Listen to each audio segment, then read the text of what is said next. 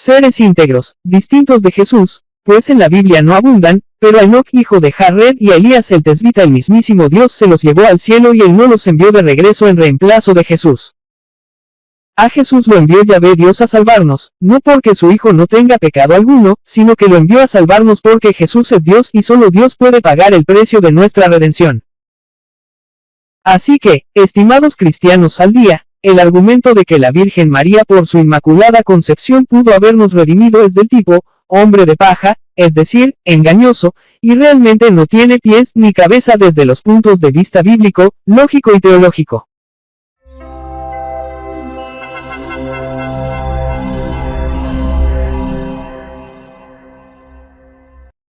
Siete respuestas a los detractores de la doctrina mariana. ¡Que viva Jesús! ¡Que viva la Virgen María! Hola a todos, esto es Cristianismo Católico con Romeo Charlie. El otro día vi en YouTube.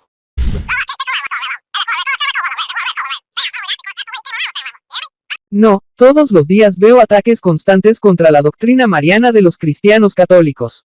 No shit, Sherlock. Y de paso, ataques a la Virgen María. Eso es verdad. Eso es verdad. Eso es verdad. Sí, a la larga es así. Así hacen cuando quienes la atacan, y no obstante corren a dejar en claro que respetan a María y que ella fue una mujer ejemplar. Sí, cómo no. Eso que se los crea su tía. Esta actitud hostil solo es posible cuando se ignoran los evangelios, la Biblia en general, la historia de la naciente Iglesia Católica y a la mismísima Virgen, que mucho ha tenido que decir en las apariciones que ha tenido en el mundo, especialmente en las de los 2 últimos siglos. Esto y mucho más. Por razones de espacio y tiempo decidí responder en este video solo a 7 de los más recurridos ataques a la doctrina mariana y a la misma Virgen María. Por ahora. Una cosa antes. Independientemente de que este video llegue a llamar la atención o no de aquellos a quienes critico, por favor yo le pido encarecidamente a todo aquel que vea este video, para que o no llegue al final, que por favor no le mande a ellos mensajes de odio, ni insultos, ni intentos de doxeo, ni nada parecido. Por favor, esto es solo una controversia, no una cacería de brujas. Los ataques están expuestos en las propias palabras de quienes los hacen. Y he procurado que nada de lo que hayan dicho haya sido sacado de contexto. Dicho esto, empecemos. Así que, let's go. Número 1. La primera gran mentira es el dogma católico de la Inmaculada Concepción. Según la Iglesia Católica, María fue concebida libre de toda mancha de pecado, es decir, nació sin el pecado original. El principal problema de esto es que si este dogma fuera verdad, entonces la Biblia se contradice, ya que la misma Biblia establece que todos los seres humanos son pecadores. Las escrituras son claras en afirmar que solo Jesús estuvo libre de pecado. De hecho, otro gran problema con este dogma es que si María no tenía pecado, entonces no tenía necesidad de un redentor, más bien María pudo haber ocupado el lugar de redentora de la humanidad. Empezamos fuerte. Vamos ahí a tope. Hola, estimados cristianos al día. Aunque la Virgen María haya nacido sin pecado original, esto no la hizo invulnerable, como no lo hizo a Adán y Eva. Tampoco quiere decir que ella no necesite ser salvada, en todos los sentidos. Tiene perfecta validancia. Ella sigue siendo un ser humano, frágil, débil y sujeto a las tentaciones y demás ataques del mundo, del demonio y de la carne. No. Bueno, sí. Tanto es así que tuvo que salir de Belén con su esposo e hijo a toda prisa para no caer en las garras de la soldadesca de Herodes el Grande, ¿no lo recuerdan acaso? No puedo argumentar nada ante esa lógica. Seres íntegros, distintos de Jesús, pues en la Biblia no abundan, pero a Enoc hijo de Jared y a Elías el tesbita el mismísimo Dios se los llevó al cielo y él no los envió de regreso en reemplazo de Jesús. A Jesús lo envió Yahvé Dios a salvarnos, no porque su Hijo no tenga pecado alguno, y Jesucristo es libre de pecado, sino que lo envió a salvarnos porque Jesús es Dios y solo Dios puede pagar el precio de nuestra redención. Amén, hermano. Así que, estimados cristianos al día, el argumento de que la Virgen María por su inmaculada concepción pudo habernos redimido es del tipo, hombre de paja, es decir, engañoso, y realmente no tiene pies ni cabeza desde los puntos de vista bíblico, lógico y teológico. Así se hace, chicos. Número 2.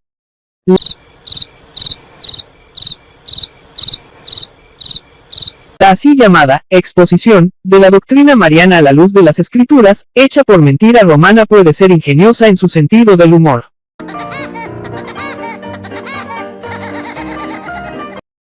pero descerebrada hasta más no poder desde el punto de vista teológico.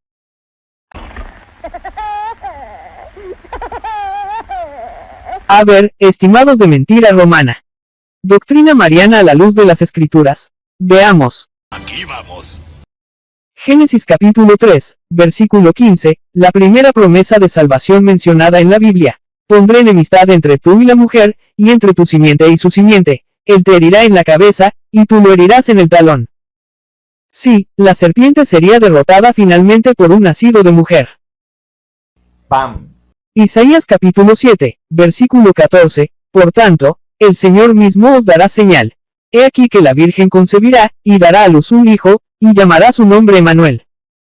Concepción virginal, unos 800 años antes del suceso. Fue un deliberado acto divino. Apocalipsis capítulo 12, versículos 1 a 5. Una mujer con dolores de parto da a luz al Mesías en el versículo 5, pero de acuerdo a los hermanos separados, la misma no puede estar coronada conforme a lo que aparece en el versículo 1 del mismo capítulo. Fin de la cita. Puedo seguir con la doctrina, pero, ustedes saben, espacio y tiempo. Ajá, ¿qué más? Número 3. El cuerpo de María fue asumido en gloria. Jesús es el Rey del cielo, María es la Reina del cielo, Jesús es el Príncipe de paz y María es la Reina de la paz. Ah, hola de nuevo, cristianos al día. A ver, déjenme buscar. Ah, sí, otra vez Apocalipsis capítulo 12, versículo 1. No es cierto. Sí es cierto.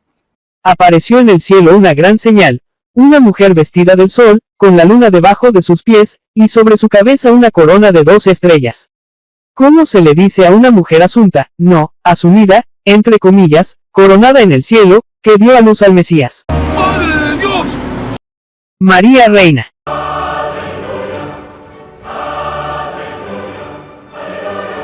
¿Dice acaso la Biblia que María es Dios?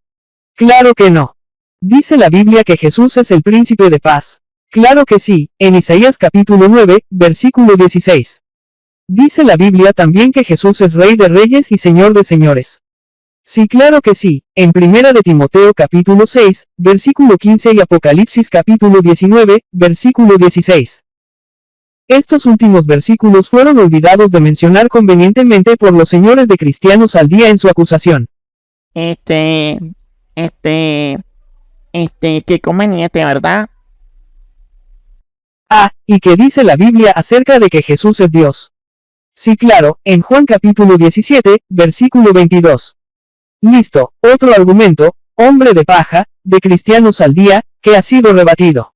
Así, o más claro. Ah. Número 4. La adoración de una deidad femenina siempre estuvo presente en muchos pueblos de la antigüedad, entre ellos los propios israelitas en los periodos de apostasía, como dice este versículo. Los niños juntan la leña, los padres encienden el fuego, y las mujeres hacen la masa para cocer tortas y ofrecérselas a la reina del cielo. Además, para ofenderme, derraman libaciones a otros dioses. Jeremías 7:18. Muchos son los nombres de estas deidades, entre ellas tenemos Ishtar, Isis, etc. Todas ellas tienen iconografía prácticamente idéntica a las imágenes católicas de María y el niño Jesús. Jeremías capítulo 7, versículo 18. Cada vez que lo leo me imagino como los hermanos separados simplemente no pueden resistir usarlo para denigrar de la Virgen María, sin importar cuántas veces les haya pasado por encima los versículos 1 a 5 de Apocalipsis capítulo 12. Sé muy bien lo que digo. Estimados señores de tiempo del fin, el que una mujer, que es la madre de Dios, sea representada artísticamente amamantando a su hijo o cargándolo, sí, definitivamente eso la eleva a la categoría de Ishtar y Astarte. ¿Coincidencia? ¡No lo creo! Por favor. Este tipo de razonamientos viciados es muy similar a lo que hacen algunos no creyentes, que alegan que los hebreos copiaron el monoteísmo del faraón Akenatón,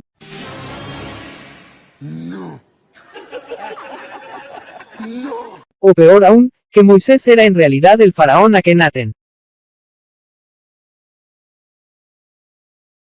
Como si el monoteísmo fuera exclusivo de una sola persona, esto, hablando en términos mundanos. ¡Lo que faltaba! Otra vez, ningún cristiano católico trata a la Virgen como a una diosa. Oye, despacio, cerebrito. Apenas como a la Madre de Dios. Número 5. Origen de la veneración de María. No vemos en los evangelios evidencia que María, la Madre de Jesús, fuera venerada o tomada como santa. En los evangelios, María aparece como seguidora de Jesús. Siempre está entre los discípulos, siempre está trabajando y ayudando al Maestro en su ministerio, pero nunca tiene un papel de liderazgo. ¿Cuál liderazgo de la Virgen? Otra vez, estimados señores de tiempo del fin, ningún cristiano católico le atribuye ningún liderazgo a la Virgen María. Ni en el sentido mundano, ni en el espiritual. Número 6. Es contradictorio decir, sí, creo en Jesús, pero rezo a su madre. O a los santos. O atribuirle a su madre y a los santos los poderes de intersección que pertenecen solo al mediador, a Jesucristo. Por ejemplo,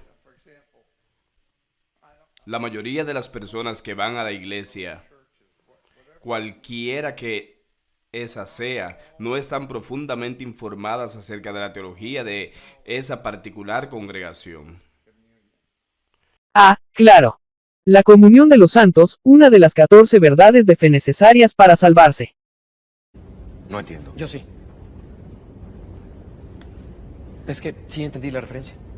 Sí, estimado señor Charles Spurgeon, sí, estimados hermanos y hermanas separados, así es. Ajá, ¿qué más? Si crees en Jesucristo como dice en Hechos capítulo 16, versículo 31, pero no crees que nació de la Virgen María como dice en Mateo capítulo 1, versículo 23, no te salvarás. ¿Qué rayos es eso? De la misma forma como tener fe sin obras está muerta, tal como dice Santiago capítulo 2, versículo 14, capítulo 2, versículo 20 y capítulo 2 y versículo 26. ¿Todo eso?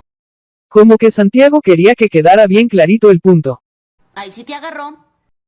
Los reformadores insisten en que no hay comunión de los santos porque no hay comunicación con los muertos, por lo que no hay santos con quien comunicarse, ya que todos los santos en realidad están muertos, y por la misma razón la Virgen María también está muerta y tampoco podemos comunicarnos con ella. No entiendo nada. Pregúntenle a un hermano separado que haya perdido un ser querido recientemente si cree que éste no está en el cielo. ¿Y qué significa? No entiendo. Ah, ya entendí. Los partidarios de la Reforma alegan que no hay comunión de los santos porque esto no aparece en la Biblia. Para los cristianos católicos es muy fácil citar los libros de Macabeos 1 y 2 para hablar de este tema. Eso no me lo esperaba. El inconveniente es que en el canon de los hermanos separados estos libros no aparecen, junto con otros que tampoco reconocen. Sabe demasiado, envíen al personal. Sigamos de una con que el canon de la Biblia cristiana católica proviene de la versión llamada Septuaginta, cuyo origen es descrito en Antigüedades de los Judíos de Flavio Josefo, específicamente en el libro 12, capítulos 1 y 2. La Septuaginta contiene absolutamente todos los libros de la Biblia cristiana católica.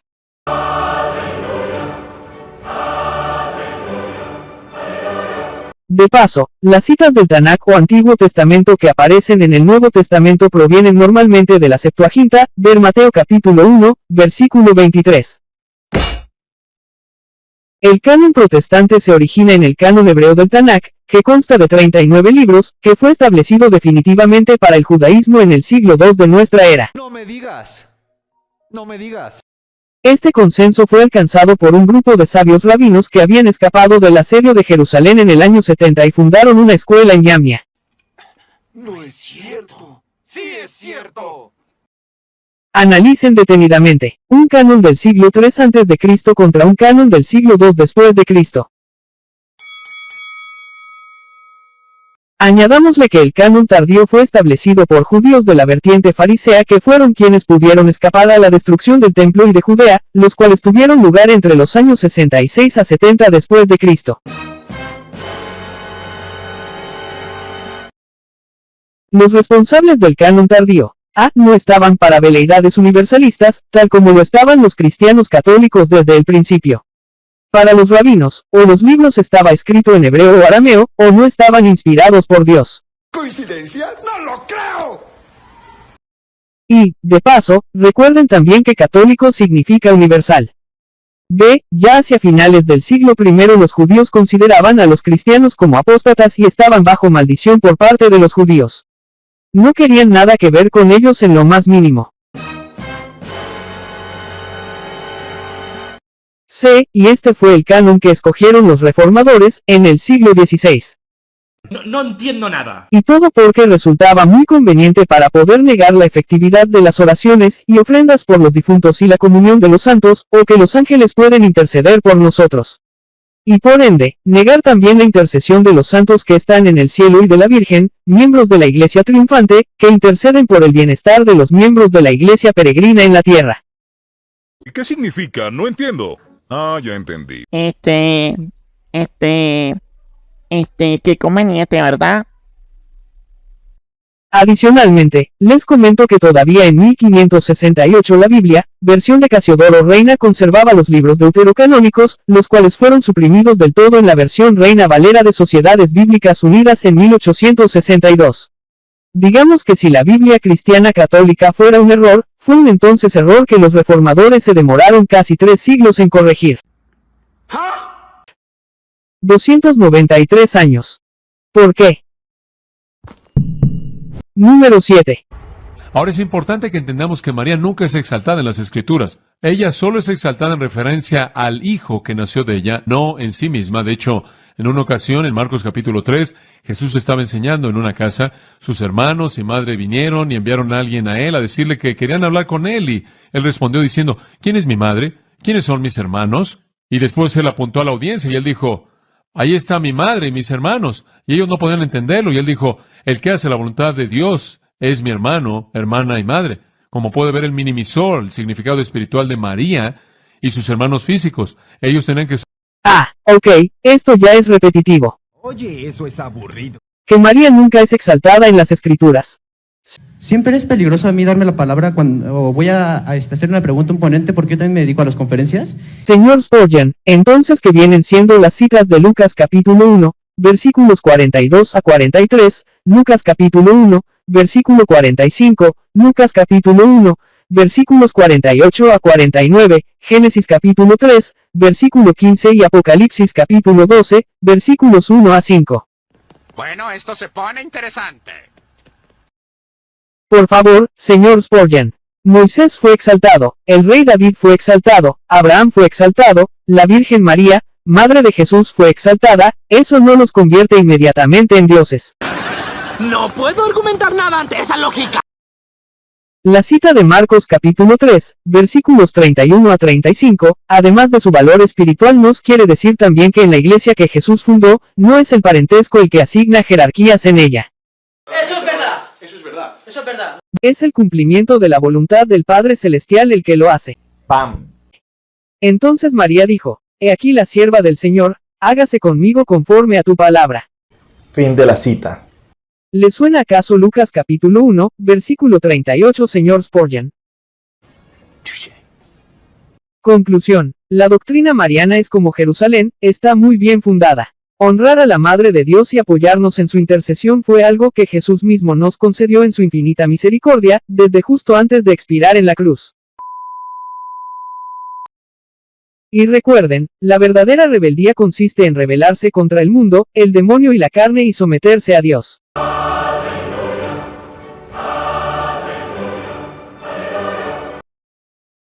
Y si crees que actuar como si el cristianismo hubiera empezado en el siglo XVI te salvará, bueno, eso será tema para otro día. De nuevo, gracias a todos los que han llegado hasta aquí conmigo. Por favor, no se les olvide comentar, darle like, suscribirse, verificar las notificaciones de YouTube y compartir, que así me ayudan a conectar con el algoritmo. Que Dios los bendiga y chao.